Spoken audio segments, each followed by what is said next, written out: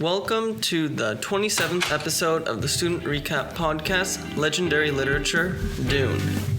Now, to start off with, who are you and why are you an English teacher? I am an English teacher. My name is Dr. Quick, and I teach upper school English. I am an English teacher because I got very interested in English literature late in my university career, and then left academia for a couple of years, but then felt like I wanted to go back, did grad school, and then just as things developed, it seemed that teaching was the next step. So that's how I ended up as a teacher. Now, interestingly, you also have a degree in ancient languages with Latin and ancient Greek, and that was present when we read the Odyssey in class, and that was really interesting to learn about you. And even though it doesn't connect to Dune, it gives you a different perspective as an English teacher because you have that historical background that you understand a different culture because you know their language. But starting with Dune, why do you think, as a franchise, it has been appealing to readers for decades? Well, I think for a lot of reasons. I wasn't around when it was published, but my sense is that it was new, it was innovative, it was a different type of storytelling format that Herbert was able to execute very expertly, very well. It's a very deep history as well as a science fiction adventure. While there are so many scientific advancements, we might say, or changes or peculiarities, they don't. While they are important, it is not all about this one particular, flux capacitor, right? It is not all about this one thing. It is about the development of humanity across thousands of years. And I just think Herbert creates a very intriguing space opera that mixes science, religion, language, ecology, politics, and intrigue, just in a really engaging way for certain individuals. Yeah, I would definitely agree. And just for background for those who haven't read Dune, so it's actually a 6-part book series. It was supposed to be 7, but Frank Herbert unfortunately died in 1987. And it covers the transition of humanity from its stages across different planets and the power struggles between different groups, such as the Bene Gesserit, which are kind of like supernatural witches, the Atreides, which are a royal house, the Harkonnen, which are another royal house in which they clash with the Atreides, and a bunch of different sci-fi forces that kind of make the story get deeper and deeper as you read more books. Because definitely in the first and second books, Dune and Dune Messiah, it's very base level for, let's say, the Dune universe. But as you get into books 4, 5, 6, with spoilers such as Paul Atreides' son becoming Emperor of the Universe, it really creates another place such as what Star Wars has for a universe. So what do you think about the world building that Frank Herbert utilized within Dune compared to what other authors have used in their books? When I think of very creative world builders, Tolkien comes to mind as one of the great practitioners of world building, and reading his notes and hearing his lectures about Lord of the Rings and Silmarillion and The Hobbit, he describes it not like he's fashioning a world, but that he's discovering one. He kind of imagines himself like an archaeologist. I think there's I can't remember it verbatim, but I think someone asked a question, and he said, I haven't discovered that yet. I haven't found the source to answer that question. What happens in this character's backstory. It hadn't been revealed to him yet. Maybe even like divine revelation in a way. But I think for Herbert, I don't know if he had the same perspective or attitude toward world building, but it seemed that the language or the powers and organizations, the entities at play within the Dune universe, they're sprinkled in like just little pebbles on the path. You're just supposed to just move over. You're not supposed to stop and marvel over them and just move right through. So, you don't get an explanation of what the Bene Gesserits all at once. You don't get an explanation about the Spacing Guild nor what's going on with their abilities. Right? It's this incremental, slow revelation. And yet everything feels like it's coming out of a history book in a way. Everything feels like the characters carry the history of their houses, the history of their empires on their shoulders. And it seems that even the action within the play, within the novels, these characters are highly motivated by the deep history, and it doesn't seem like they're just dropped into a world, but they're inhabitants of a very expansive, rich universe. Yeah, more on that historical side. So Dune itself, it is a historical telling, because in the end of each chapter and at the end of each book, it kind of says what has happened, and there's historical accounts from the future telling what's going to happen. So Frank Herbert, I've never seen this in any other book before, but he kind of uses strategy to get you hooked and to give you a different perspective, because, for example, in some chapters, you already knew that a certain force was going to invade, such as House Harkonnen invading Arrakis for its spice. And then you think, oh yeah, like there's fate, but then Frank Herbert changes it all up, and Paul Atreides is somehow leading an army to defeat the Harkonnens. And also, it's really historical because it's over a span of almost 5,000 or 6,000 years over the entire story. So you see the progression of how the worlds change over time, and the new forces that get introduced, because in Book 1 and Book 2, it's only the Bene Gesserit, the Spacing Guild, and the Harkonnen, but eventually there's an introduction of a third and fourth group known as the Tlaloxlu, which are these like cloners, which are these weird aliens, and then eventually also some rogue Bene Gesserit that seek to subvert the influence of the Bene Gesserit. And more on the sprinkling part, he really doesn't tell you everything at once. You have to read very close in the text in order to understand the full scope of these groups, because in reality, they're very complex. The Bene Gesserit would be akin to, let's say, a real-life complex cult. And without understanding the full scope of what they do, you wouldn't be able to understand how Dune works. Because spice, the main resource on Arrakis, it doesn't have any real-world connection. It's just spice. But then you realize that all of these groups that are fighting for it, well, that's kind of industrial. And then there's also the ecological part, because they're turning the planet of Arrakis from fertile to complete desert. And this is very important because Frank Herbert, in his home in Oregon, there were dunes forming in the local areas, and he was trying to prevent them from spreading, and that was part of the inspiration for writing Dune.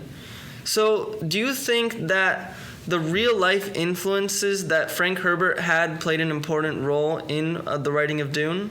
Undoubtedly, right. He was very interested in ecological forces and trends, and I think the legend goes that he was doing research for an article for a scientific geological ecological survey of some sort, and that was never published, but we get Dune out of it instead. So yes, he's very concerned with the planet, the system, symbiosis and interplay of different forces all affecting the atmosphere and the land and the people. You know, I would almost correlate Frank Herbert to Jules Verne, because Jules Verne, he went around the world on boats. Even though it wasn't ecological, he still put that influence into his books, and eventually, like some book that he wrote about going to the moon, that actually happened later on in the exact same spot that he predicted, which was in Florida. But back to Dune. So basically, what Frank Herbert had was a life where there were so many influences that he cared about that he was able to create a story that, even though it wasn't Earth, it has so many ties to Earth. And on the religion part of that, so Frank Herbert, he saw how religions and charismatic leaders, they can influence the trends of power, right? So Paul Atreides, he's a noble from House Atreides, which has control over the planet Arrakis. Then, using his power, he subverts the Fremen, which are the indigenous people of the planet, and then takes control of the planet and eventually takes control of the entire universe, because he used the combination of religion from the Bene Gesserit and his charisma / use of words to be able to get this power and influence. So what do you think about that? I think it's an interesting sort of blend of the fantasy sci-fi aspect, that he's got these mentat capabilities, that he's both sort of a chosen, product of Fremen belief / Bene Gesserit belief, right? Depending on the interplay of those two. Mm-hmm. That he's a specialized mentat, that he's the heir of this grand house, that he's, right? It's all these different identities sort of rise up into this mm-hmm. one figure. But the way that he sort of carries the mantle of all that, especially, the title of the second novel is Dune Messiah, is through this in a religious bearing, and I think it is Herbert uses very powerful religious language to talk about the cosmic conflicts that then ensue when these forces don't want to relinquish their power and mm-hmm. Material possessions. Yeah, actually, so at the end of the first Dune book, there's a dictionary. And if you look very carefully in that dictionary / glossary, you will realize that most of these words, they're originally from Aramaic and then changed a little bit, also with Hebrew and Arabic influences. So it has that description from real-life culture that has religion connected to it, and then it puts it into the story. And it actually connects the desert way of life, because Aramaic was spoken by peoples inhabiting desert-like area. But back to Dune, so what Frank Herbert did that was different from other sci-fi authors is that there's no computers in the entire story. Mentats, they are basically these supercomputer humans that when they consume spice, which is like a resource that changes your mind, it allows them to be able to travel across space. But there's no computers on those ships that they're traveling on to help them travel across space, nor are there machines on the planet that help factories produce the spice or otherwise. So I think it's very interesting that this franchise doesn't use computers, because Star Wars, Space Trek, many other franchises have the use of technology very central to their story, because that's how the story advances. Right. I think, one fundamental question you can talk about all science fiction is answering the question, what does it mean to be human? And I think Herbert has a very interesting approach to eliminating the notion of, humanity is going to be joined by, or in some stories replaced by, artificial intelligence and walking computers, or thinking, living, dreaming computers even, or robots or androids, whatever the case may be. It's almost, going back to the religion question, it's almost with a religious fervor that there is this sort of embargo or diminishing of thinking computers, right? How dangerous those were, because they were a threat to humanity. I haven't read the Butlerian Jihad story yet, but that's my understanding that that the technology progressed to it a certain extent, and posed a threat to the human race, the human flourishing, and therefore humanity reclaimed its cognitive potential, I suppose, in the mentats, or it developed these supernatural space-bending powers for the Space Guild, and So Dune, in essence, is a realization of the different factions that humans will become eventually. Because each human group, they developed a different planet and changed slightly. So the Fremen, they look very different from the Atreides or the Harkonnen because it's the planet that they developed on. And it's different than people on Earth because we all share a somewhat similar climate and we don't look that different from each other in the base case. But Dune, it shows the polarization that can occur after centuries of separation from others. And the religious tension, it really shows kind of how religion, it creates a power vacuum when it's gone, but it assumes total control when it is there. So for an indigenous group, religion was most likely the most powerful source of information that they had because there was nothing else in their life unless they had advanced enough technologically that presented something that was actually useful and strong that could get them past their hardships, because without technology you cannot advance, but faith, it can keep you from fearing the worst. And to close, what would you recommend who would you recommend to read Dune? I would say, anyone who's looking for a classic sci-fi novel, this is it. This is one of them. But also, I think the type of readers that get hooked or that get, dive into the expansive world and just sort of, stretch out their arms, so to speak, within the Duneverse, are people who like to catalog or like to organize and like to understand a complete system of something. Herbert's Dune does not disappoint in a sparse detail or a scant history.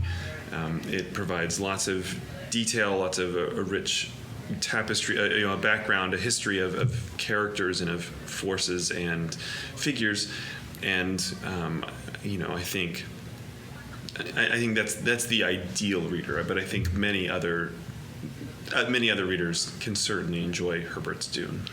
Yeah, I truly appreciate that.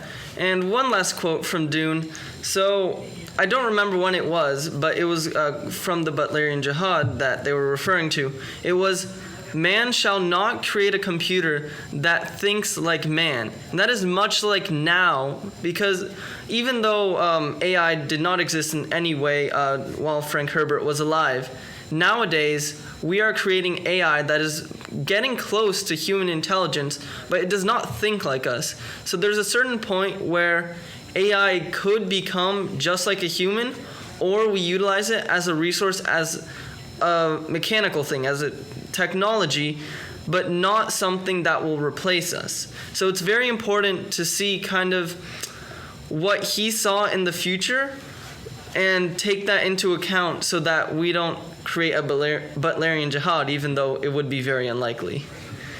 And maybe take a few thousand years. Yeah, maybe a few but thousand let's not set years. ourselves on that trajectory just yet. Curveball. What did you think of Dune Part 2 getting Best Visual Effects and Best Sound Effects at the Oscars last night? I think rightfully deserved. I think, I haven't, granted, I'm speaking from what I know, and I have not seen every film nominated for all these categories, but even winning 2 Oscars, I think it could have been considered for a few more. But kudos, hats off to the crew and the creators of Dune.